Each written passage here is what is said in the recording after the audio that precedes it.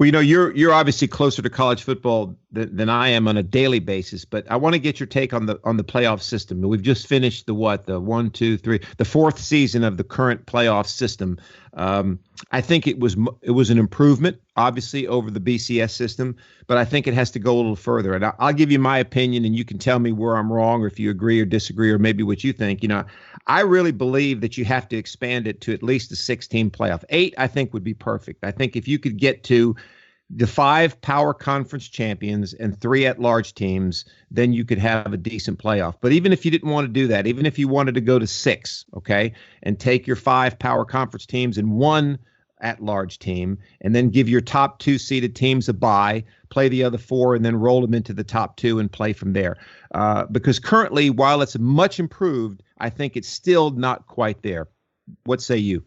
Yeah, Ralph, I tend to agree with you. I think no matter what size you put it, if you go from 4 to 6 or 8, you're going to have people argue for 10, 12, or 16.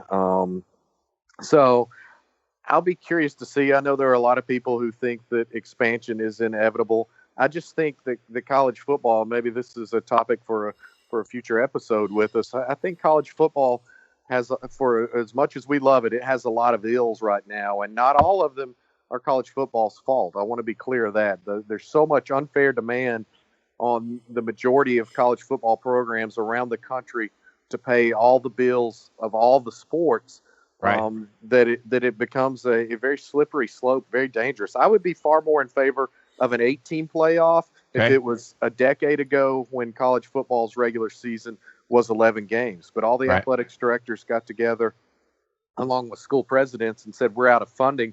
We have to add a permanent 12th game, even if it's a terrible game against an overmatched 1AA foe or what have you.